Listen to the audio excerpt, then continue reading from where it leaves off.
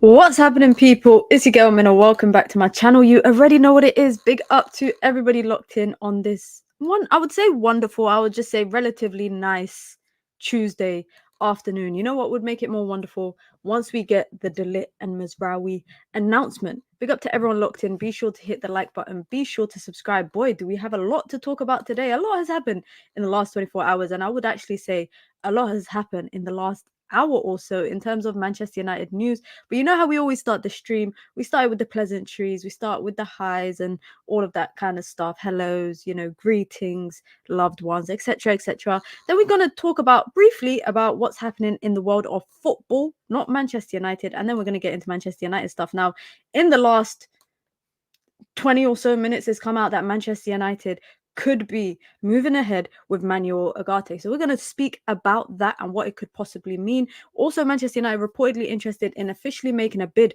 for Yusuf Fofana. Monaco want 30 million euros. United think they can strike a deal just below that.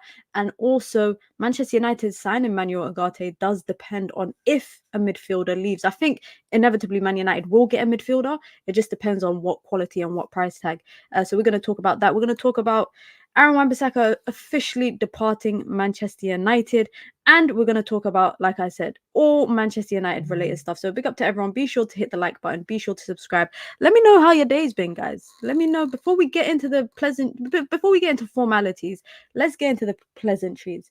How has everybody's day been? Have you guys been having a good day? I'm so glad here in the UK it's not flipping 30 something degrees anymore. It's more around the 23, I think. It's around the 23, 24 mark today. A bit more windy. This is the kind of weather that I can live in. It's the kind of weather I can live in. I cannot live in the stuffiness of 30 plus humidity. I can't do that. Definitely not here. Definitely not here.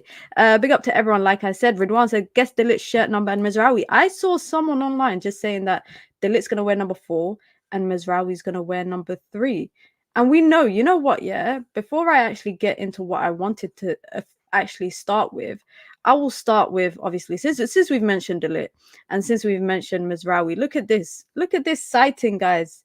In training today, Delit and Mezraoui were sighted in training. So we know for a fact they're United players. Probably they haven't been announced because of the permit stuff that tends to happen as a result of, non-British players. So I'm not surprised. I'm not surprised. But I can anticipate that we could get an announcement on stream. We could actually get an announcement in 10 minutes time, guys.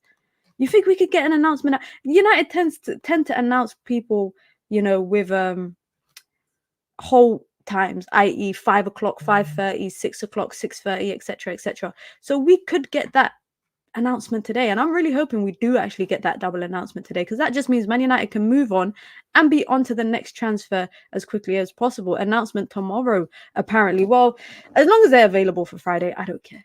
As long as I've seen this picture here, and big up to whoever it was that actually posted it. I think it was a Moroccan journalist that posted it initially.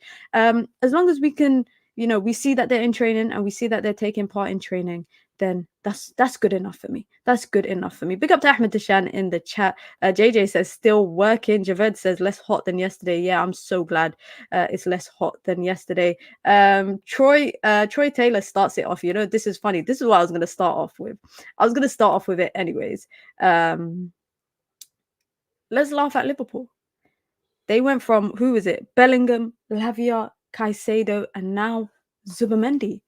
Zubamendi rejects Liverpool last night, apparently notified Liverpool with a formal communication. He's such a nice guy. He did a formal communication. I can't imagine how formal it was. I don't know what he must have said. Like, I'm sorry, dear Liverpool, obviously in Spanish, and he maybe gave the English translation. Dear Liverpool, I am sorry to announce that I have decided to stay at Real Sociedad.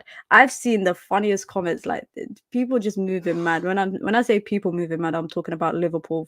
I'm talking about Liverpool players, Liverpool fans, sorry, just saying, oh yeah, enjoy being 7th and 8th in La Liga, enjoy being a bench warmer for Spain, la la la la la la la. It's bitterness. Is real bitterness. But let's just laugh at Liverpool. And you know what? Whilst we laugh at Liverpool, let's take a minute also to laugh at Manchester City. If you guys do not know and you've been living under a rock for the last 24 or so hours. It's reported that Manchester City's alleged breach of 155 breaches, the court case is set to start next month with an expectation that the decision will come in January. January is not that far away, guys. January is not that far away. So a decision can be made in court by January, which could actually, you know what the decision is, guys, in this court case? Obviously, to see if they're guilty or not, but the implications of it could be relegation. The implications of it could be relegation. This is ridiculous. If you haven't seen the piece was out yesterday by the Times, also suggesting that it could be possible that Man City might not even finish the Premier League campaign in the Premier League.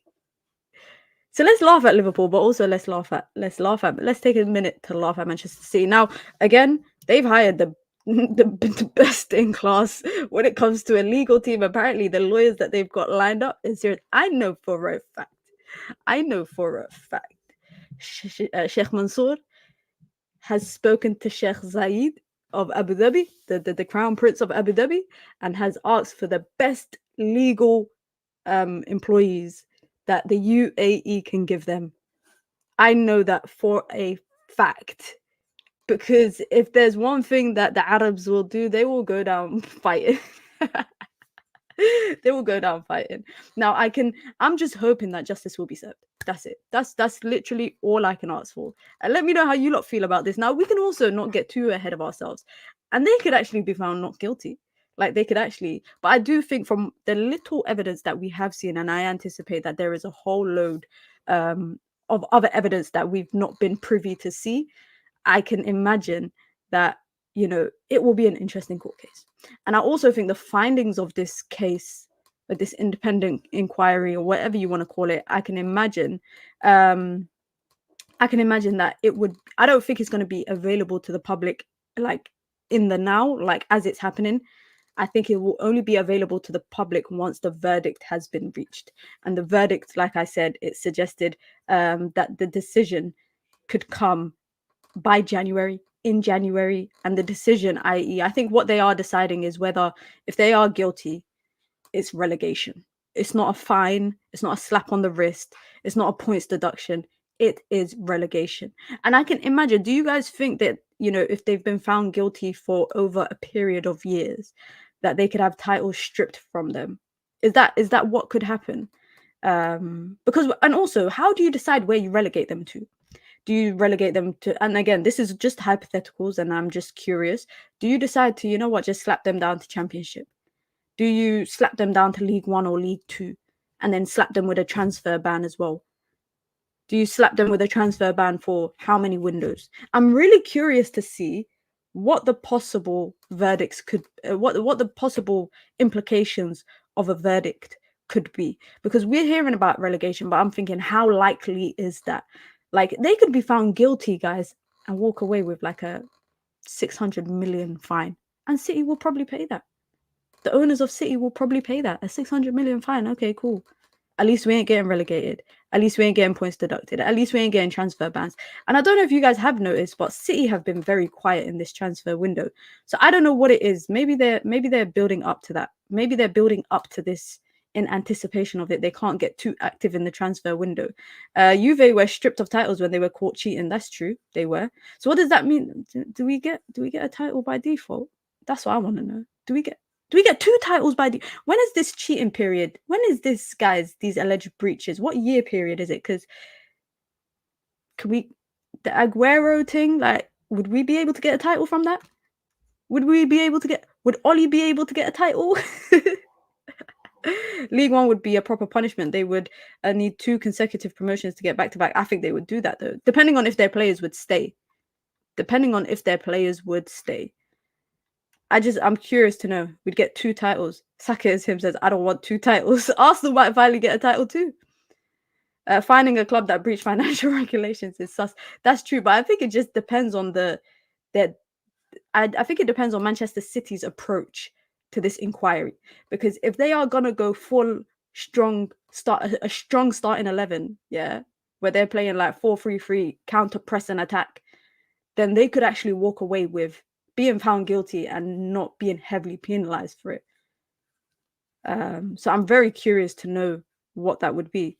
So United would get 2, Liverpool would get 2, and Arsenal would get 2, depending on what the year period is.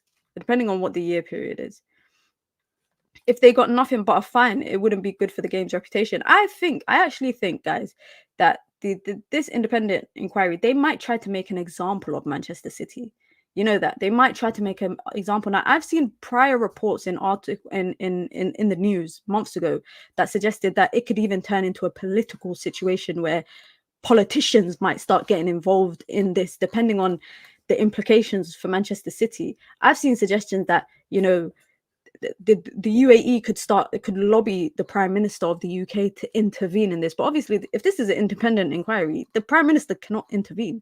And if you guys don't know, the Middle East, and in particular like the UAE, etc., they invest a lot in places like the United Kingdom. So it could get political as well if they're found guilty. City, if found guilty, they will strike a deal. That's the main reason why people don't like state funding. I agree. Smaller clubs got points deductions, one which put a club in a relegation battle. Yeah, I'm just curious to know, guys, how do you decide where to relegate them to? And maybe this is a question for the panel that is going to be part of the independent inquiry, because how do they look at a number of years, say 6 or 7 years of financial breaches, and say, okay, relegating you to League One is reasonable? How do you come to that conclusion? I don't think relegation is enough. I think it should be relegation. I think people should, and this could actually come back to bite me. So let me say it correctly. People that were involved in the hierarchy at Manchester City, I think should be banned from being involved in football for a while. And I really hope this doesn't come back to bite me, because if Umar Barada is guilty of something, I'm basically suggesting that he should not be allowed to be a CEO of another football club for a year or two, etc. If you guys know what I mean. I'm hoping that he had no involvement. But I think it should be a relegation, like multiple relegations. You should go down like 3-4. And I think you should have a transfer ban, because what good is it if you get relegated 2 years, two conferences down, to League One, but because of the money that you have, you can still pay big salaries and afford to buy big stars, and you're going to get back-to-back promotions and come straight back up like that. I think it should be like and I think they should be fined as well. Someone said relegation is enough. Relegation is not enough for cheating. 115, guys. I took the best picture at the FA Cup, at the Community Shield game, guys, the other day. Let me see if I can try to show you guys it. Yeah, I took a picture of United fans in the I don't know if you see United fans. They're in the crowd. They got a banner that says 115, and just as I was taking the picture, Pep Guardiola's face came up on the screen. This picture, beautiful. Relegation isn't enough. I think Juve kept most players when they went down. I think they did because their players wanted to come back up with them. They should go down to the conference. Damn. You lot are saying non-conference league. Damn. Relegation and a transfer ban, relinquishing trophies would be great, but I can't see it happening. Same. I can see it happening, but I can't see it happening on top of relegation, transfer ban, fine, etc., etc. But I do also think that, this independent inquiry, they're going to try and make an example of Manchester City. They are going to try and make an example. But we got to wait and see. We definitely got to wait and see what happens. We'll definitely, listen, guys, we will be keeping an eye on it. And quickly next, before we go on to Manchester United stuff, just because I found this very interesting. You lot know, yeah, that we like to talk about Chelsea here at the beginning of each stream, because we don't, collectively between all of us, we don't know what the hell Chelsea are doing. Guys, money spent on transfer fees in the history of English football, not in the last 10 years, not in the history of English football. Please look how much Chelsea have spent under Todd Bowley. They're in the top 10. And that's in the space of, what, 2.5 years? That is in the space of 2.5 years. I know we come here every single day and we say, what the hell are Chelsea doing in the transfer window? What is going on? But look at this. Chelsea were always, by the way, the highest spenders in English football anyways, under previous ownerships, and just since their existence, they've spent nearly 3.8 billion euros. But since then, they've spent 1.3 billion just under Todd Boehly, which is not that far off from what West Ham have spent, not that far off from what Aston Villa have spent in their entire existence. Todd Boehly has spent more than teams such as Everton, Southampton, Wolves, Leicester, Fulham. Look at this. Everton, who have been in top 5 English football since its creation, and like it's ridiculous. It is ridiculous, but I definitely thought this was something. I thought this was something nice to share with you guys. I thought this was nice, something nice and interesting to share with you guys. Now, let's quickly get on to EAFC 25. If any of you lot are players of it, Kobbie Mainoo got a serious upgrade this year. I don't think I've seen a player get this much of an upgrade in EAFC. He went from being a bronze card. If you guys, again, like I said, play EAFC 25, which EAFC, sorry, which I know some of you lot do, his upgrade obviously is very much well deserved. I'm not gonna lie, well deserved. At least he's now a gold. He's not a gold common card. At least he's just a gold card, which is good. But from bronze, that's serious. His pace hasn't increased. What has really increased? His passing has increased. His shooting has increased. Defense has increased. Physicality slightly just increased. Another player that also got an upgrade from silver to gold this time, so he got about a 7 upgrade, was Lenny Yoro. Again, a player that has been playing consistently at top flight football for the last season. So that's also well deserved. But listen, let's get into the transfer talk. And I think it's no better than to start with this guy here. Thank you very much for your service, Aaron Wan-Bissaka. I know some of you guys don't care that he's left. I know that. I know some of you lot don't care. But I think it's only right to start with this by saying thank you to Wan-Bissaka for his service. But guys, can you believe he's finessed a 7-year contract at West Ham? Aaron Wan-Bissaka has signed a 7-year +1 contract at West Ham.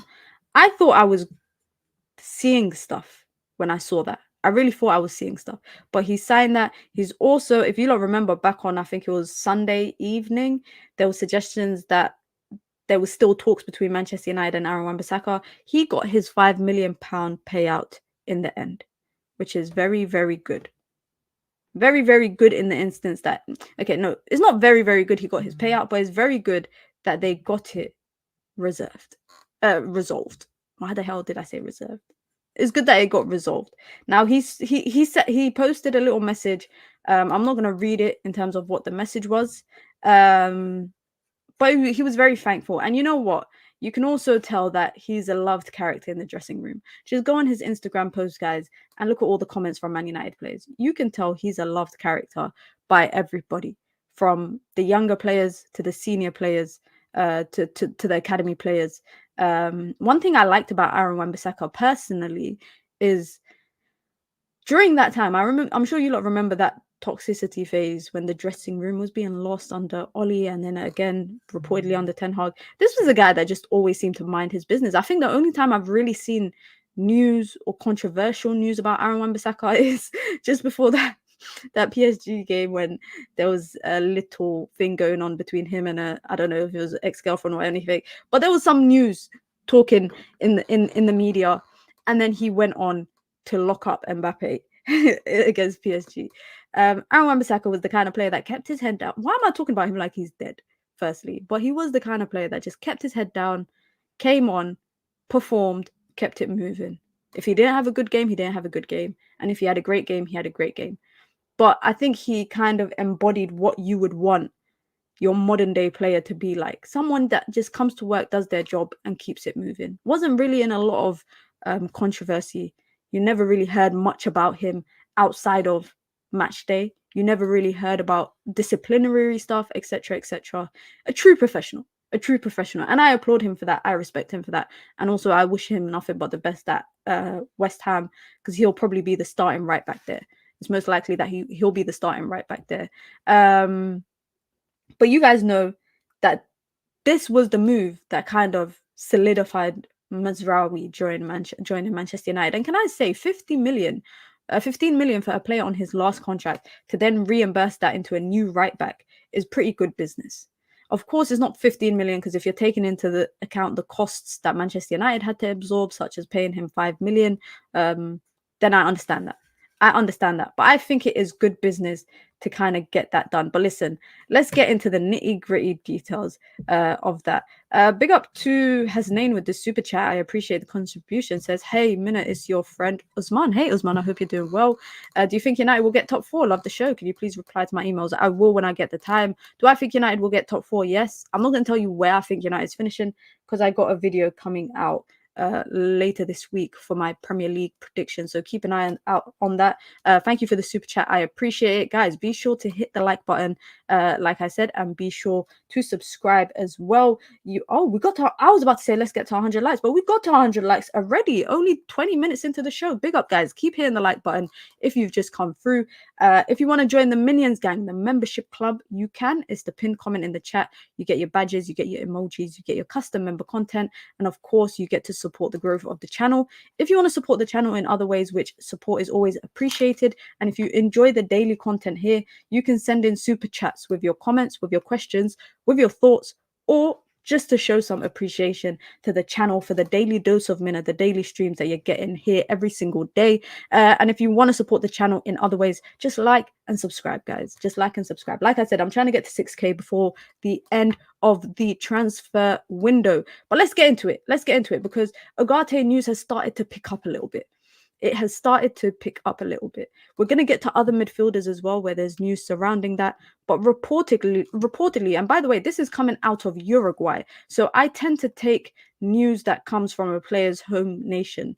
I do take it, I'm not going to say serious like David Ornstein, but I do take it with some credibility because I've seen historically countries tend to report on their players and know a bit more. For example, when United was signing Lenny Yoro, the news was coming from a French journalist and people were discrediting it because they were like, is this guy reliable? He's not an Ornstein. He's not, I don't know, someone from the Telegraph or whatever.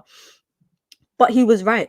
He was right. When we've seen news coming regarding Mizraoui, it's been reliable information coming from Moroccan journalists, a specific one, similar with Hannibal Mejbri, who we're going to talk about as well. So this news is coming from a newspaper in Uruguay that has suggested that Manuel Ugarte's future at Paris Saint-Germain is coming to an end and he is close to joining Manchester United. Now, reportedly, Manchester United and PSG are getting closer in negotiations over the weekend and over the last 24 or so hours. Reportedly, PSG are willing to lower the demands. So if you lot remember, they wanted 60 million for Manuel Ugarte, which is what they paid for him a year ago. PSG are happy to lower their demands, and Ugarte is also pushing for that move. So what do we know that's kind of confirmed? We know that Ugarte has agreed personal terms with Manchester United, 5 years plus one. We know that. We also know that Jorge Mendes, his agent, is pushing for this deal to go through. He wants his client at Manchester United because reportedly Manuel Ugarte is not happy at PSG and doesn't want to stay there. Luis Enrique has also decided to leave him out of the team.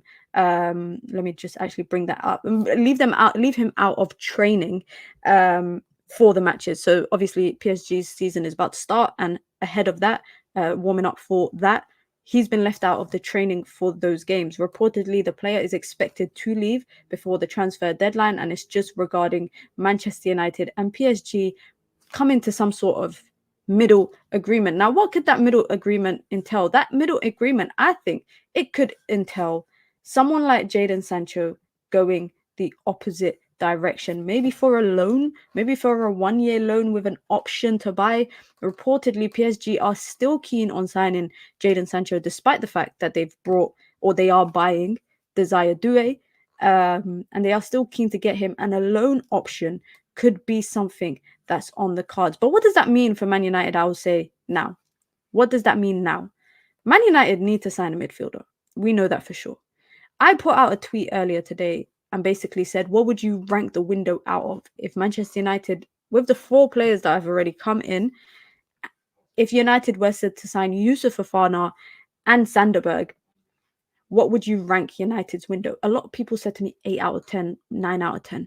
But some people replied back and said 7 out of 10. If it's not Manuel Ugarte, why are we buying 2 players?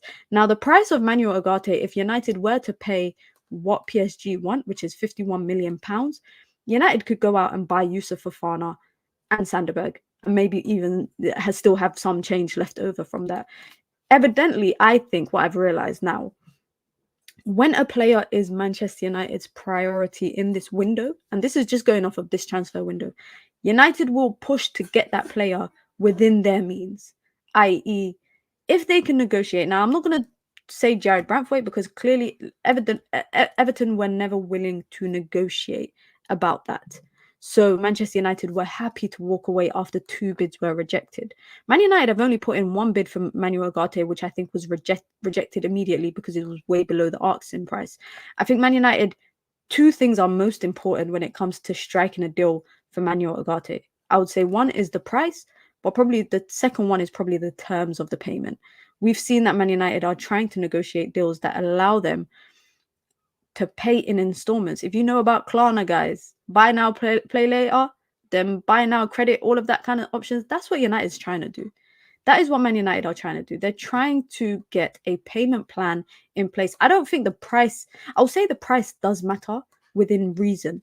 Look at, for example, Joshua Zirkzee's deal. Of course, he was like 40-something million with a release clause, but United were willing to pay about 2 million extra on top of what they were going to pay so that they didn't have to pay his release clause and pay it all up front. They wanted to pay it across 3 years, which, guys, from an FFP perspective, it makes sense to have less costs in your accounts every single year for 3 years. It makes sense because that just sets you up for the following year to be able to spend a bit more and not have to penny pinch in the transfer window. Now, like I said, Manchester United's this is a joke. Rumors from a Uruguayan media are reporting that Manuel Ugarte has refused to talk to Liverpool for a possible transfer this window. His mind is on Manchester United and he only wants United. That's jokes if that's true. That is actually jokes. But like I said, I think I kind of see this heating up a bit more over the next week because I think United will definitely push to get a midfielder through the door.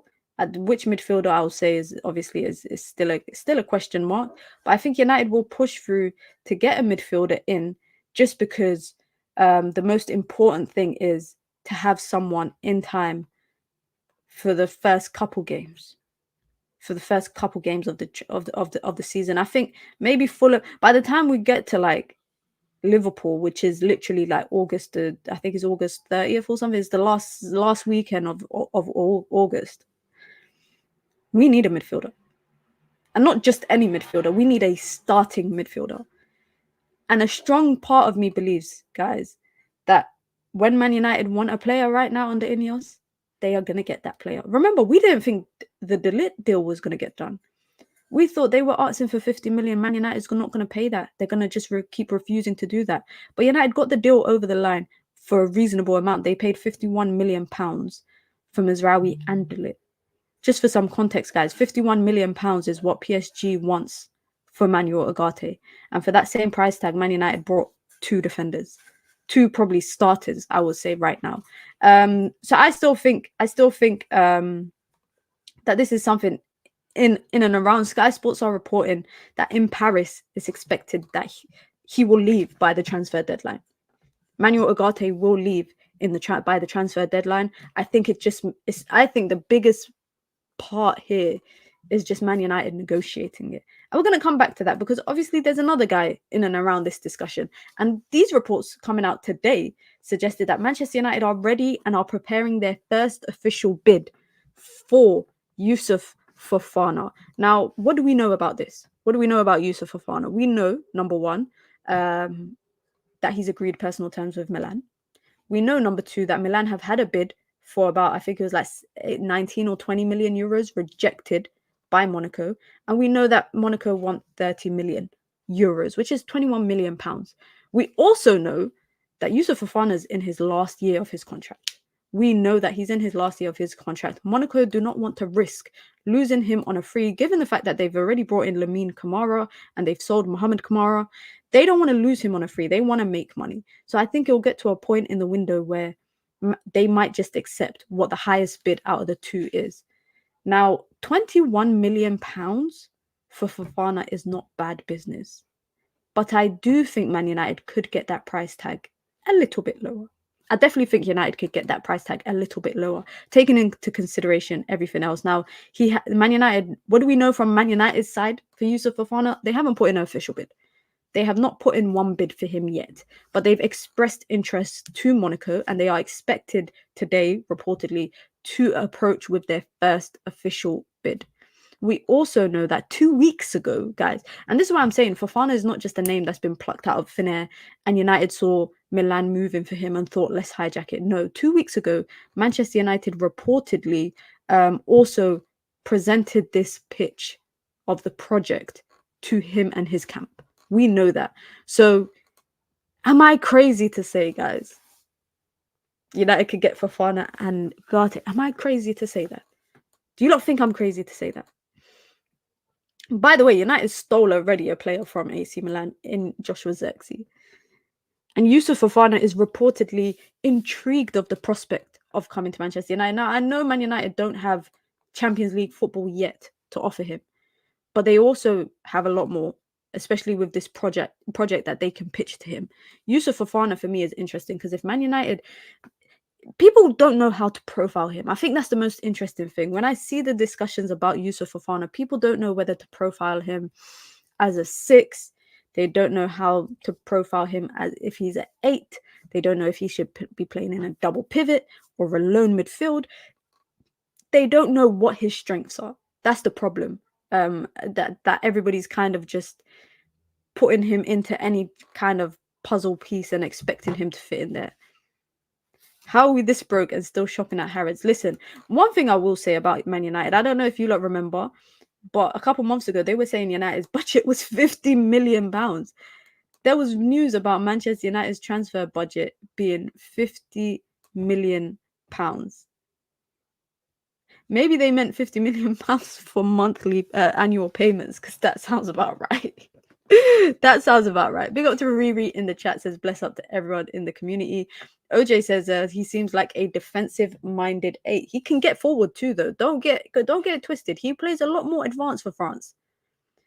He plays more in that forward 8. Even if for Monaco, when I went to go watch Monaco a couple of years back, yeah, Mohamed Kamara was playing. They were playing in a double pivot, but Fofana was playing deeper. Against PSG. To me, Fofana is similar to Vieira, just box-to-box, all-action midfielder. One thing I will say about him is that physicality is what United need in the midfield, even if they were to get Ugarte. Mina, this is the guy you wanted signed, right? Yes, this is one of the guys that I wanted signed. But for Manchester United, another player, obviously, that Man United are discussing is Sanderberg from Burnley. Was left out of their opening game of the Championship by the manager at Burnley. And reported by Sky Sports earlier this morning was that Manchester United were looking at Sanderberg, who, like I said, missed the win against Luton in the opening game of the Championship. Other names that still are ringing around Old Trafford is Yusuf Fofana and is Soufiane Amrabat. But Sky Sports are suggesting that any purchases could be dependent on whether Man United make a sell. However, I will contradict that and say The Athletic did a piece today that suggested that Man United would go out.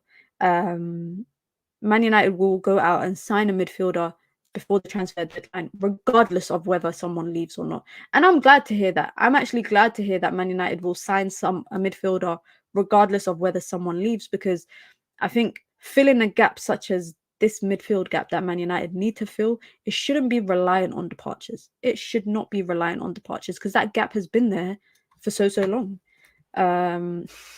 It's going to be sad because Mina Glaze is this guy heavy just for us to sign a PSG reject. Who are you talking about, Ugarte or Fofana? Because I don't glaze. What the hell? I don't be standing Ugarte like that. I don't be standing Ugarte like that. I be standing Yusuf Fofana. Yeah, I know that's a fact.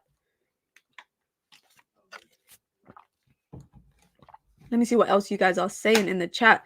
Media reports are mostly made up for clicks and engagements. The journalists act like they work in the finance department of clubs. I'm not going to lie yet. There's some outlets I see, like, I don't know if there's an outlet called Give Me Sport, and I just feel like they just report anything.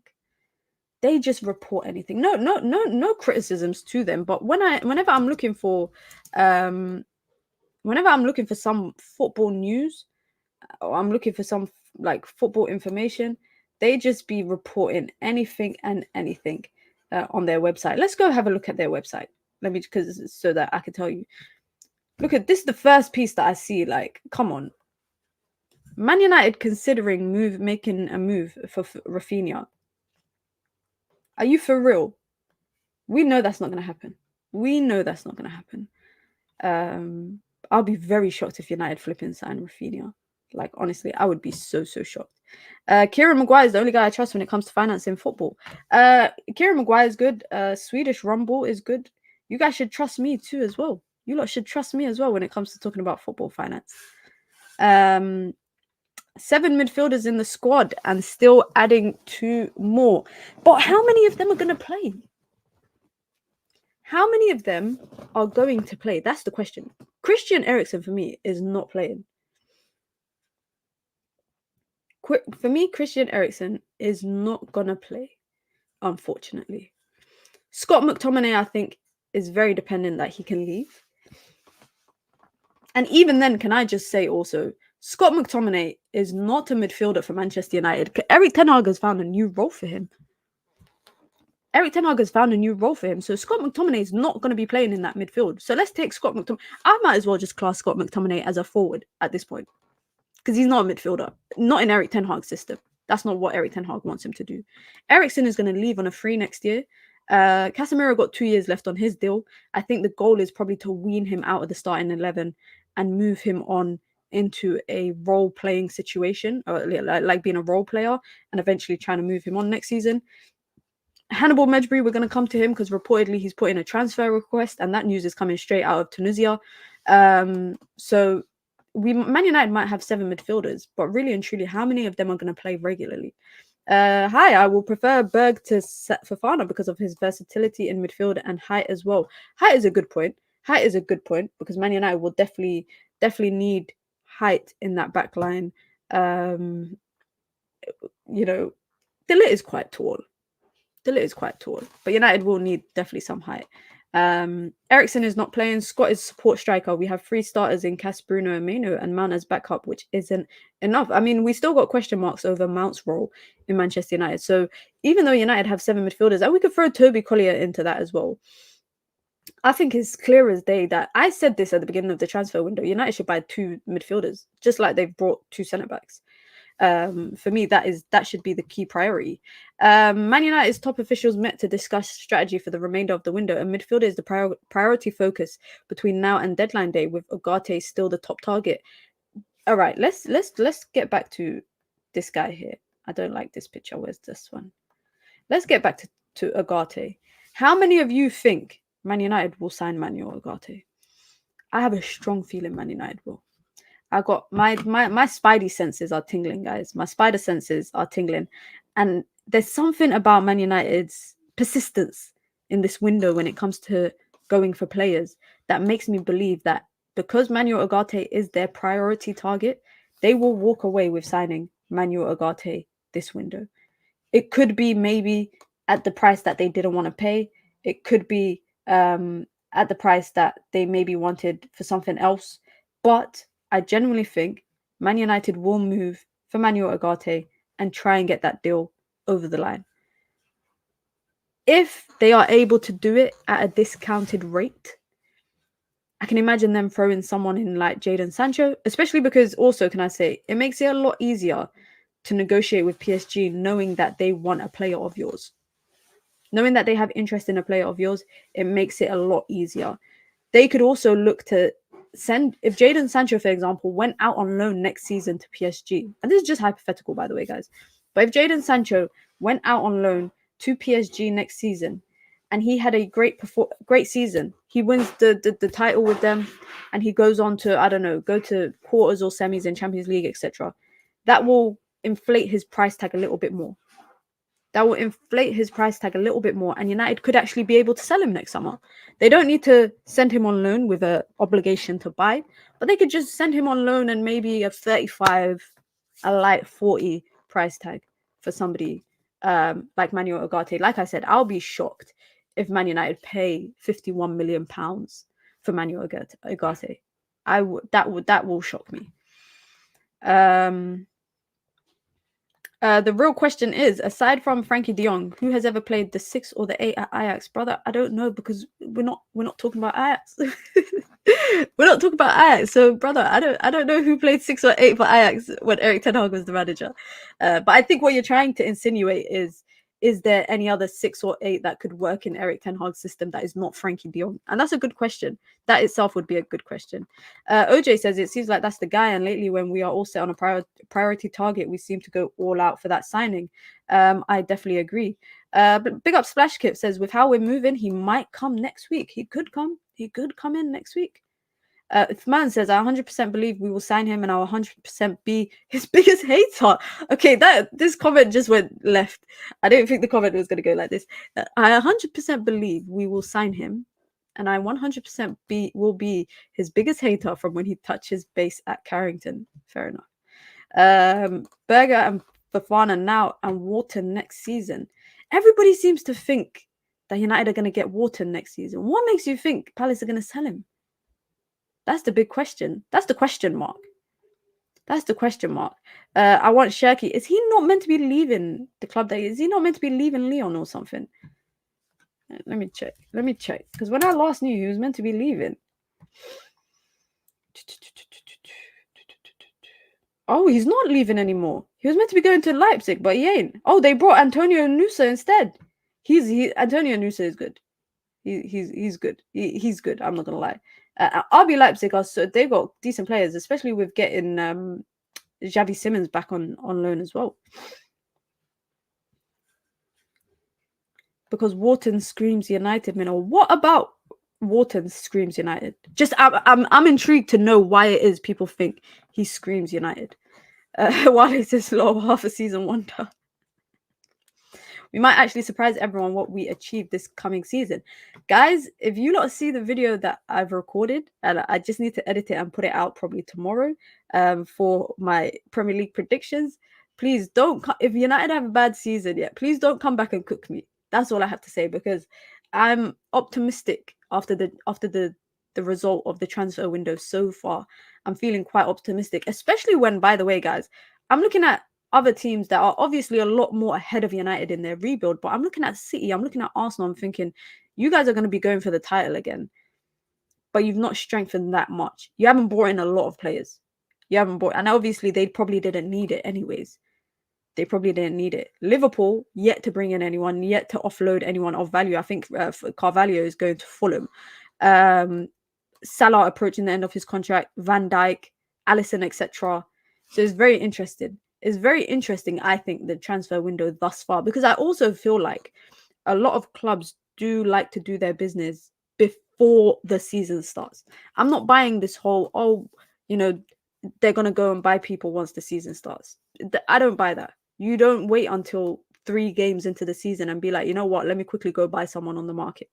It doesn't make sense. So I feel very optimistic for Man United. I do have some question marks about the strikers for Manchester United, but I'm more so willing to be patient in letting Joshua Zirkzee, bring out the good in others, because I'm gonna do a video as well about predicting number of goals, assists, and what United can achieve in the season. I've done 2 videos, but guys, I've done one video predicting the Premier League campaign, and I've done one that's just detailing Man United's kind of season and the expectations for next season. But yeah, we're gonna get to that. It's actually a funny video. I'm not gonna lie. It's actually a funny video. But let's quickly get to this guy here. Probably one of the most underwhelming players, I would say, that United brought in 2019, 2020 for the academy. They brought Palestri, they brought Alvaro Fernandez, they brought in Amad Diallo, they brought in Garnacho, they brought in this guy here as well, Hannibal Mejbri, reportedly coming straight out of Tunisia. Hannibal Mejbri has put in a transfer request to Manchester United. Manchester Evening News is also reporting the same news. I can't remember the last time a player put in a transfer request. Let me actually Google this. Who was the last player The thing is, guys, when I'm typing, I have to read it out loud whilst I'm typing. Who's the last player to hand in a transfer request at Man United? They're trying to say it was Wayne Rooney, but I can't believe that. I can't believe that it was Wayne Rooney to be the last person to hand in a transfer request.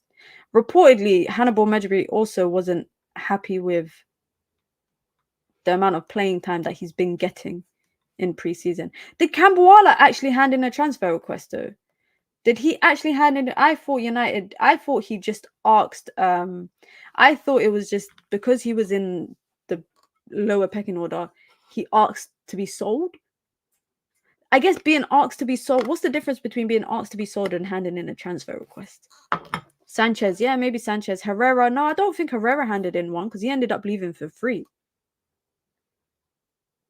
I wanted Hannibal to succeed so bad, but the forces against him have prospered. You know what? What would you say is Hannibal Mejbri's level of football? What would you say is Hannibal Mejbri's kind of... What club could he go to and maybe start regularly?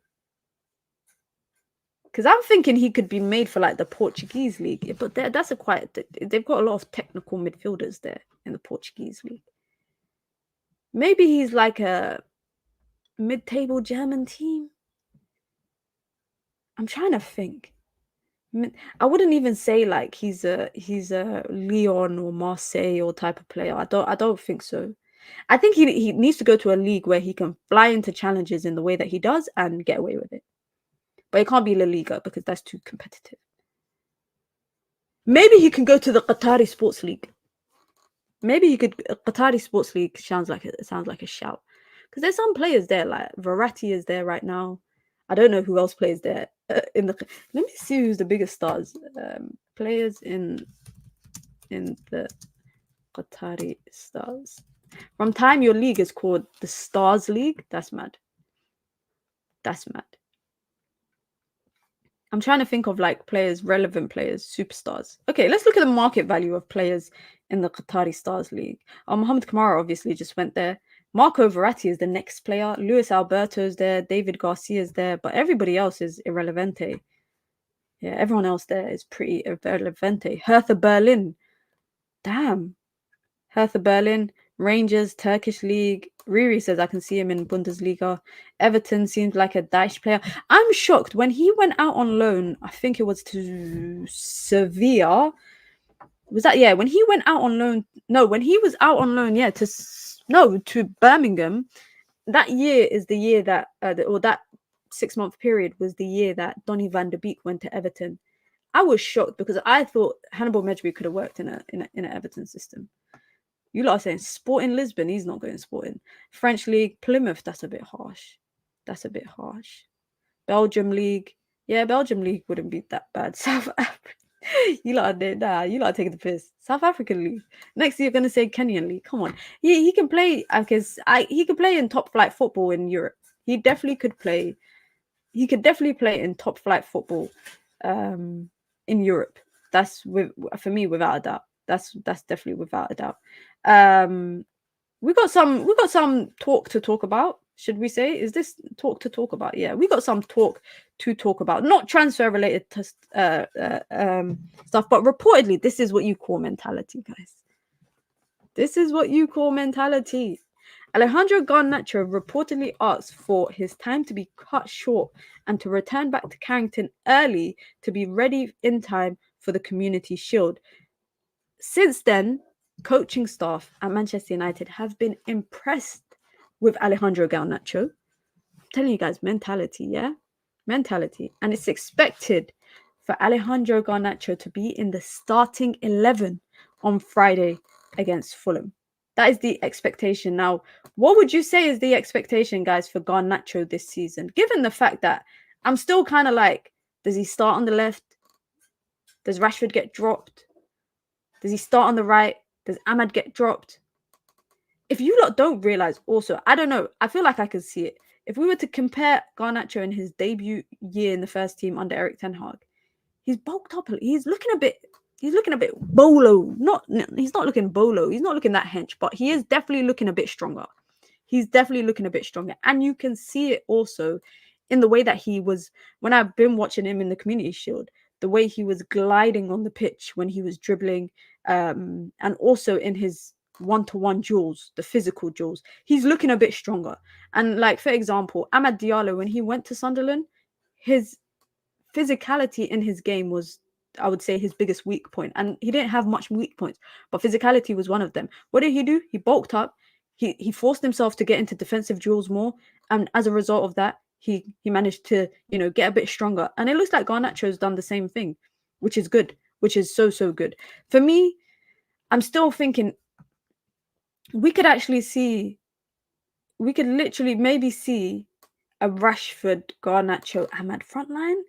Because I'm just wondering, will Ten Hag play Xerxes on Friday, given the fact that Xerxes hasn't trained that much with United thus far? I mean, he didn't even get minutes in the Community Shield. So I'm wondering if that's gonna be the case for him. I could see maybe Ahmad in the false nine, Garnacho on the right, Rashford on the left. I don't want to see Rashford up top. Let me put that out there right now. I do not want to see Rashford out up top, because when he plays up top, we just basically have nothing. We have nothing. I'd rather have Ahmad in the false nine, getting into the little pockets of space, being able to link up with Bruno, to Garnacho, to Rashford, runners in behind. It actually might work. It could actually work. I just think Joshua Xerxes is not going to play yet. I don't know. A part of me does think that. Garnacho missed out on the World Cup medal and just won the Copa America. Then Eric Ten Hag is talking about he's going to win more trophies. Alejandro is on it. I'm expecting a big season for Garnacho. I am expecting a big season for Garnacho. Like, I'm talking...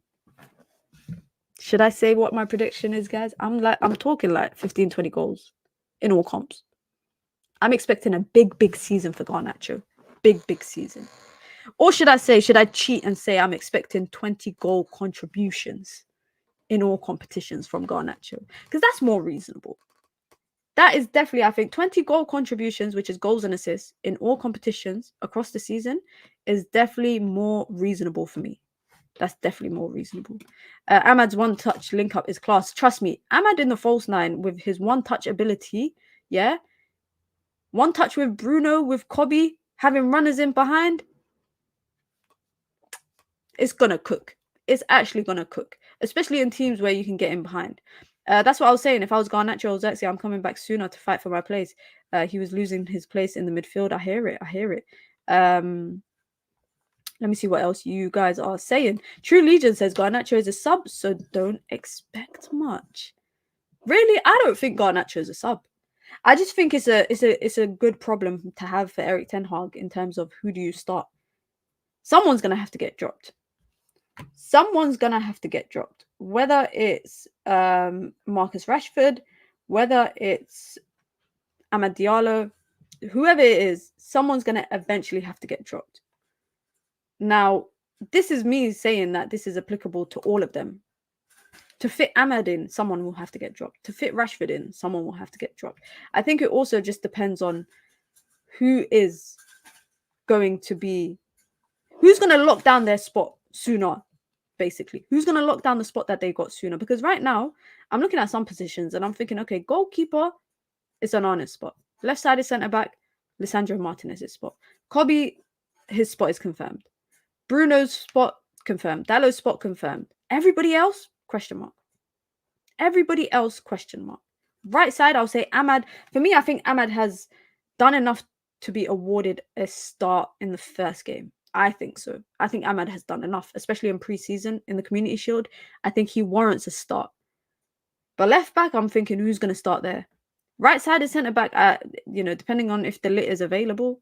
Again, I think there's question marks across everything. And for me, it's always a good problem to have. It's always a good problem to have when you have so much quality in the team. It's a good problem to have in terms of who starts this game, like picking your head, thinking who's going to start, who should I pick? Because that just means you've got so much talent and a lot of competition in those positions, which is always a good thing. I saw people saying, why are we signing De Ligt if we got Euro? and Yoro and Martinez are going to be the starting centre backs. That's not going to be the case all the time. I don't think that's going to be the case all the time. And I always reference City because look how much players Cities have on their bench. City brought, who is it? Kovacic from Chelsea. Next window, they decided they wanted to buy Mateus Nunes from Wolves. Did they need him? No. Do they use him? Sometimes. They didn't need to buy him, but on their bench, they have so much quality. They have so much quality on their bench. So I see no problem with it. Man City agrees 70 million for Luis Diaz. That's a lie. Fabrizio came out literally like an hour or two ago saying that Man City have denied any bid or interest even for Luis Diaz. I think Liverpool are quite desperate also to sell him. The Saudi League also are not trying to come in to buy him. So that's I think the latest on that. Just a little brief update quickly.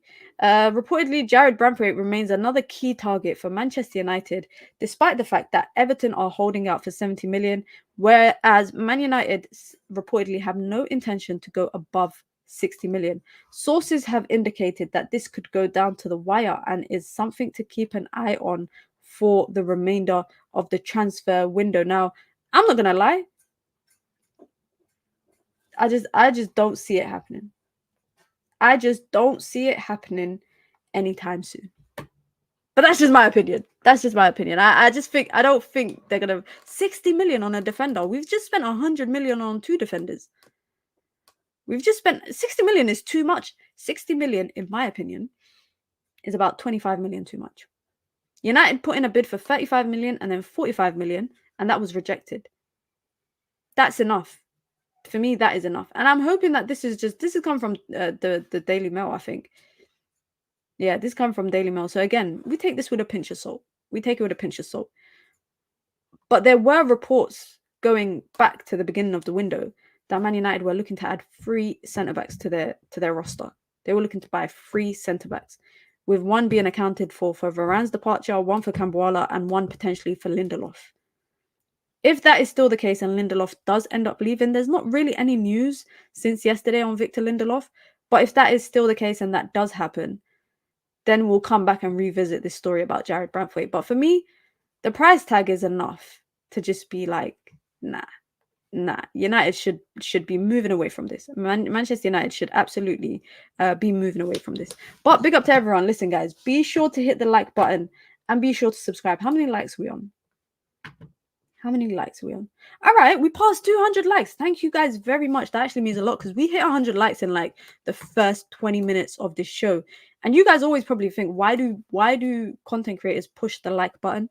Because algorithm. The more people that like the video, the more likely my video is to end up on other people's homepages, and the more likely that other people will discover me and come across a live stream and think, you know what? This is actually a pretty cool channel, which it is. It is a very cool channel. And it's a very cool community that we have. Speaking about the community, if you want to join the members gang, you can.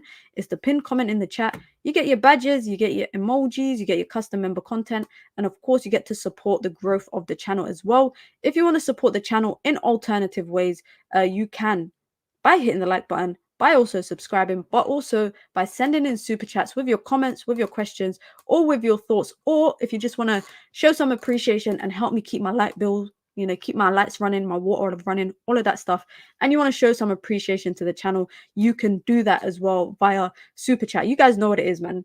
We do daily streams here, the Daily Dose of Minnow, where we talk transfer every single day, and with the Premier League about to start in 3 days time, 3 days, T-minus 3 days to go, we got a lot of content coming throughout the rest of the week. We have an entire 1-hour stream on Thursday where we're going to talk about Man United's predictions. We're going to talk about what we expect in the Premier League and the Europa League. We're going to rank the transfer window thus far for incomings and outgoings.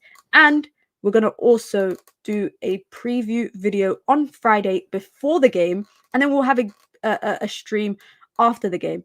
I'm bringing it back, I was going to say daily streams. We're bringing back the streams after the game. I don't know what to call it. I'm thinking of calling it Minna's Room or Minna's something, or something to do with my name, where we come and we talk about literally 30-minute stream, not too much. And then we're going to have some short form content as well. Got a Premier League prediction video, 5 minutes long, dropping tomorrow, where I predict who's going to win the league, who's finishing second, third, fourth, etc., etc. So make sure you turn on your post notifications. So when I do upload or when I do go live, you will get notified. Sometimes YouTube doesn't notify people when I go live. So I guess it's always good to just double check in it. It's always good to double check on YouTube just to see when I'm going live, because I usually go live at around 4 o'clock GMT every single day. You have to have a call-in show at some point. I do. Should I do it? Should I do it before Friday? Should I do it on Thursday? Should I do the call-in show on Thursday instead of doing a prediction one? I might do that call-in show then. Minna's Mansion, brother. I wish. I like to. I don't even mind of Minna. Minna's state of mind.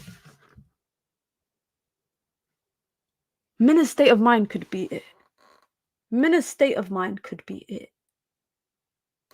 You know what? Shout out to Wale. I hope you don't. Do you want to be paid for that? I hope you don't.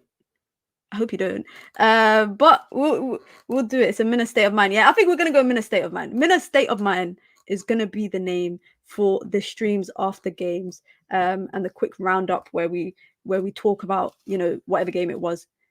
Minna's laboratory. You know what I might have to do? Everyone drop names. I'm gonna put it in a hat, and then I'm gonna pick a name out of the hat, and that's what we're gonna go with. But I'm a liar, guys, because if I don't like the name, then we're not going to go with it. And we're going to keep picking out of the hat until we pick the name that I like. So I might as well just pick. I was trying to make it feel like it's a democracy here. But it's not a democracy. It's not a democracy, man. I'm African, guys. There's no such thing as democracy where I'm from. But big up to everyone. Listen, guys, I hope you have a wonderful day, a wonderful Tuesday afternoon or evening or morning, whatever you lot get up to. Let me know what you lot are up to for the rest of the day. I'm not going to lie. I've got some stuff to edit. I'm trying to make some thumbnails as well. And then I'm going to have some dinner. And then what am I going to do? I don't know. Maybe I just chill. Yeah, just chill. I don't really chill. So maybe I might have to chill and just relax. Let me know what you lot are up to. Have fun. Stay safe wherever you guys are. And if we get Here We Go, which I don't think we will. I don't think we're going to get an announcement today for Mateus De Ligt and Nazim Mazraoui. But if we do, then obviously there'll be some content out about it. Definitely. But like I said, guys, be sure to hit the like button and be sure to subscribe. Supercell season 2, bro. I ain't even watched number 1. I ain't even watched the first one. I can't lie, them kind of shows are not my cup of tea. Like it's like what was it, like, I don't know what it's called, like superhero kind of stuff. Yeah, that's not my kind of shows. I'm watching a show called Love is Blind, guys. Side note. I don't know if anyone watches reality TV on Netflix, but I'm watching a show called Love is Blind UK. You lot should check it out so we can talk about it on stream. But listen, guys, have a great one. Don't go anywhere because I'm going to redirect you lot to KG's stream. I hope he doesn't expect me to still come on his channel, man. I'm hungry. But guys, have a wonderful evening. I'm out and I'll see you lot all tomorrow. Peace.